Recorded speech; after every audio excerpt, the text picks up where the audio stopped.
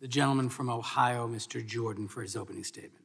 Thank you, Mr. Chairman. Before President Biden, before Democrats controlled all of government, there was never a better time for American workers.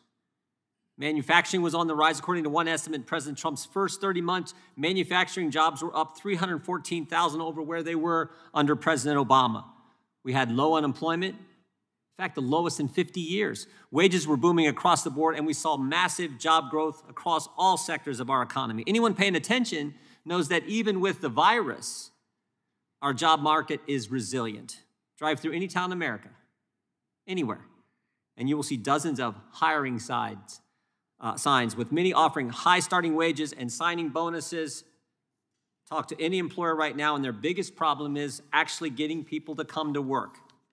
So the biggest threat to the American worker is not any of the things you brought up in your opening statement. Frankly, the biggest threats to the American workers are far-left Democrat policies. Democrats are using the pandemic to have a government takeover of our economy. They want to make permanent the extraordinary welfare programs enacted in the last 18 months. And on top of that, they want to ram through trillions of dollars more in spending.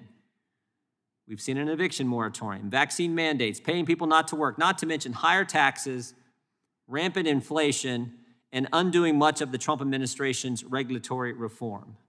I mean, the Democrats' economic plan seems to be lock down the economy, spend like crazy, pay people not to work, tell them they can't be evicted, and then for everyone who is working and is paying their rent, oh, they're going to raise your taxes. Such a deal. Maybe the dumbest economic plan I've ever heard of, but that's their plan. Make no mistake, the Biden economy is not helping American workers unless these workers are federal bureaucrats in Washington. The radical Democrat policies are leading to higher prices for American consumers in the short run, and in the long run, they will only increase the already crushing debt burden we're placing on our children and grandchildren. And that's not even to mention some of what Democrats on this committee have proposed doing, including empowering the Biden administration's radical Federal Trade Commission to attack our free enterprise system by overhauling antitrust laws and upsetting precedent that applies to the economy as a whole. If you thought corporate America was in bad shape now, just wait until Lena Khan and other Biden bureaucrats get more power. The chair of the FTC is already abusing the power she does have and is ruling the FTC in an authoritarian fashion in a total departure from the way the commission has worked for the last half century. In fact, I look forward to hearing from Commissioner Wilson on some of these concerns. This committee ought to be conducting far more oversight of the FTC and how it has moved away from its original mission.